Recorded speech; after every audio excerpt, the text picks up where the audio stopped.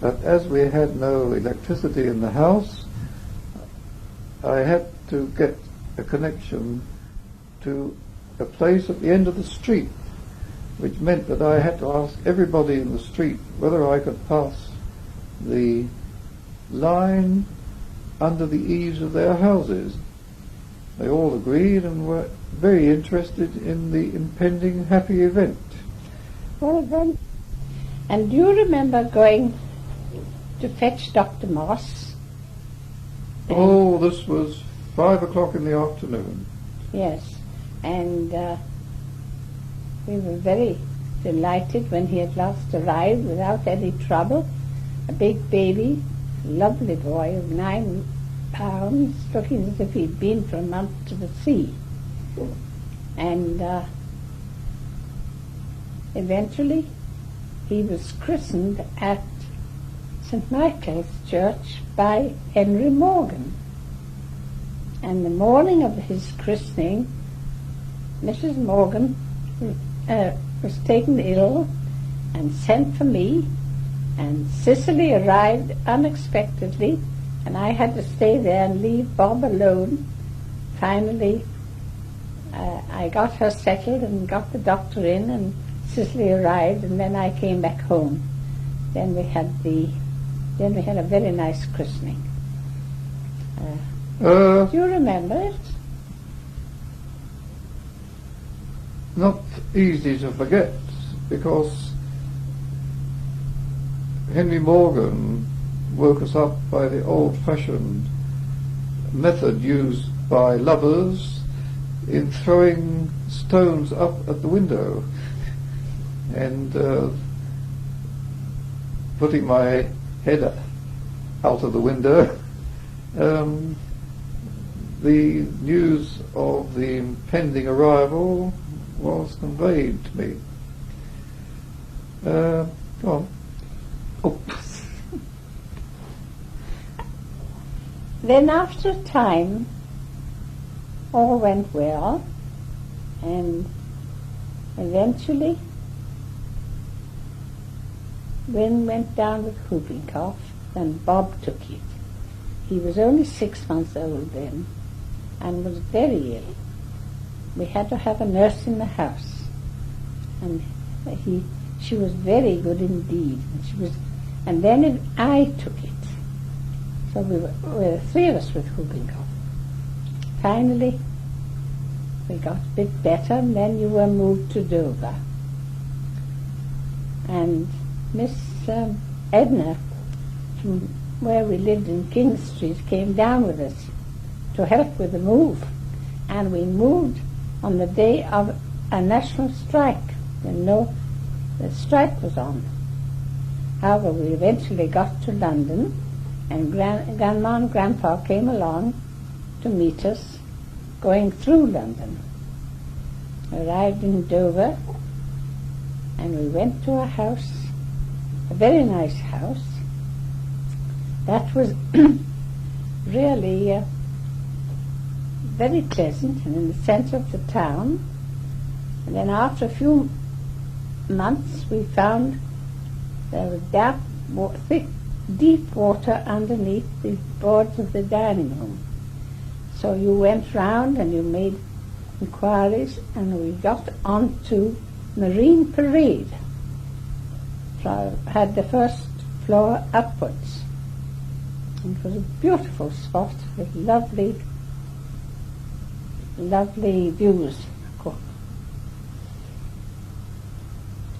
Of course, the view was of all the channel with the shipping endlessly going by, distant view of France, and everything in the garden was hardly lovely, because immediately I arrived in Dover, I contracted asthma, and as a result of the aftermath of whooping cough, Bob collected asthma as well. We had 2 maids, one, Bob couldn't walk without wheezing, and he couldn't go out unless he was pushed. He would be about 2 then. And we had a nice girl called Nellie as a nursemaid. She was coming daily. We had another girl called Amy, who also lived in. She lived in. And Nellie used to just take charge of the children and push them out, push Bob out in the pushchair, up and down the front, and take Win. And we were very fond of Nellie, very fond of her. And then, eventually, we went to see a specialist about both of you. And he recommended moving to a better, and not such a low district, and somewhere high and bracing. And unfortunately we were sent to Richmond in Surrey.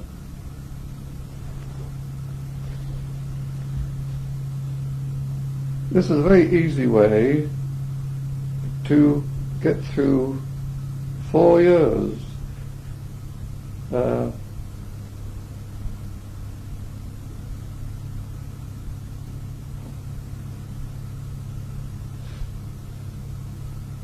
The asthma didn't leave any of us. We tried living outside Dover at a village called Whitfield, but that was no particular use. We had a holiday in Broadstairs where one cough that Bob gave cleared the beach in a matter of minutes. Still, Dover was hard work in the office and quite a lot of interest in an interesting town. Eventually, Somerset House decided to send me to Richmond, which was not much good for asthma, but we did get a house at New Malden between Wimbledon and Kingston.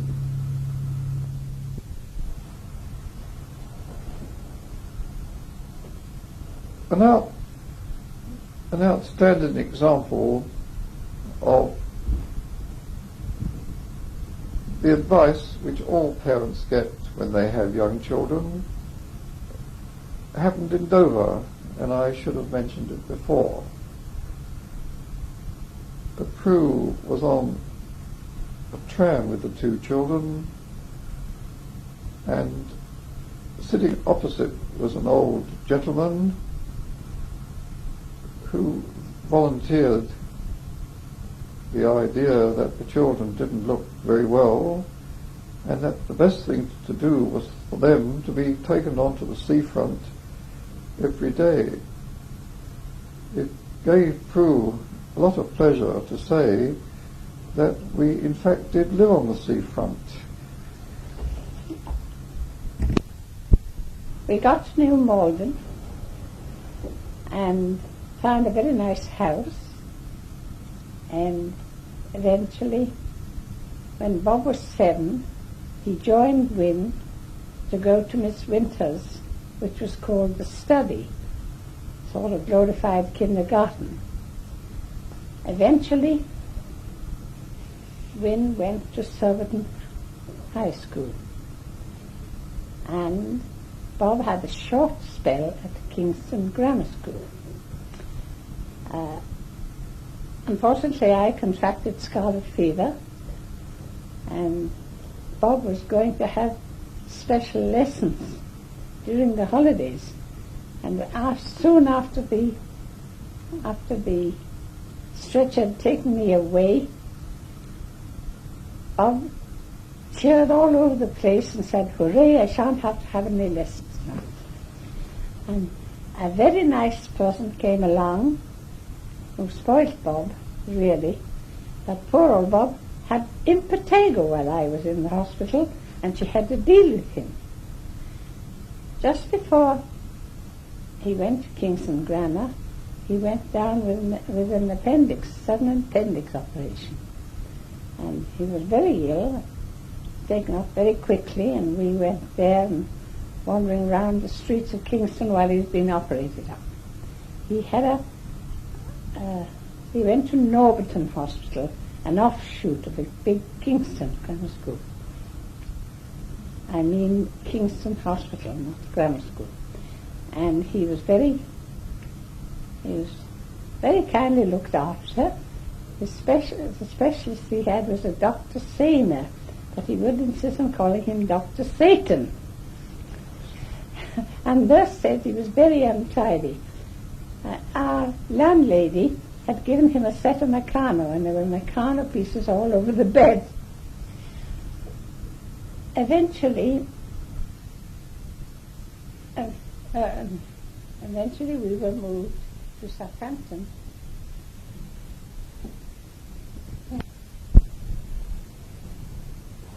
Richmond meant 5 years very hard work, and most of my recollections relate to that.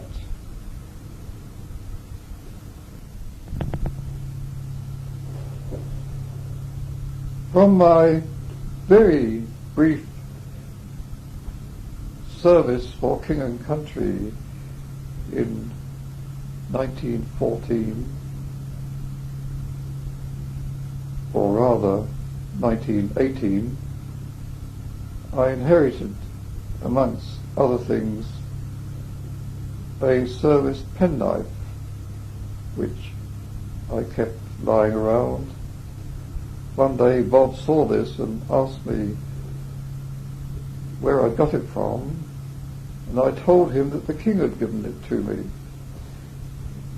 Unfortunately for me, he then spread the good news of my luck in getting a present from the King all up and down the street. Southampton was a very pleasant interlude in one's life. We were there for 4 years. Winifred went to the Atherley School of the Church Schools Company, and Bob went to a prep school called Oakmount. This was a very good school, and I think Bob enjoyed himself there quite well. He worked hard. He was particularly impressed to work harder by a master who threatened to hang him over a fire by the seat of his trousers if he didn't do his homework, for French I believe it was. Bob had his first taste of living away from home, although it was only a few yards away. He was on holiday with his uncle and aunt in Chester when Winifred contracted mumps. Much telegraphing resulted in Bob going straight into school as a boarder for a month.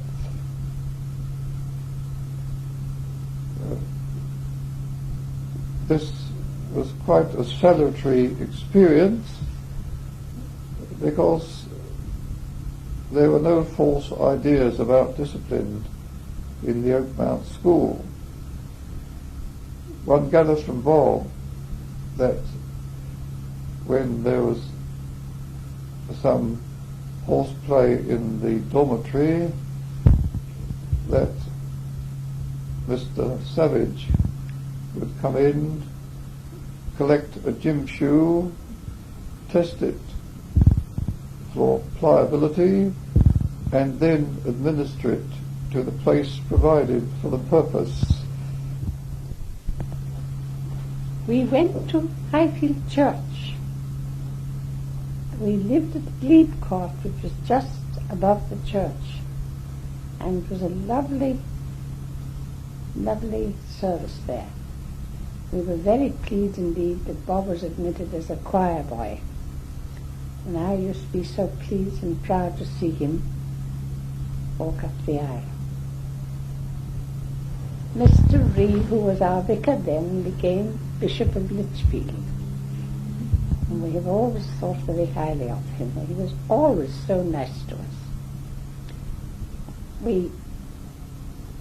Winifred had a very good time at Atherley School and seemed to do very well. We eventually had one very nice maid, Betty, and she came when the news came of impending war.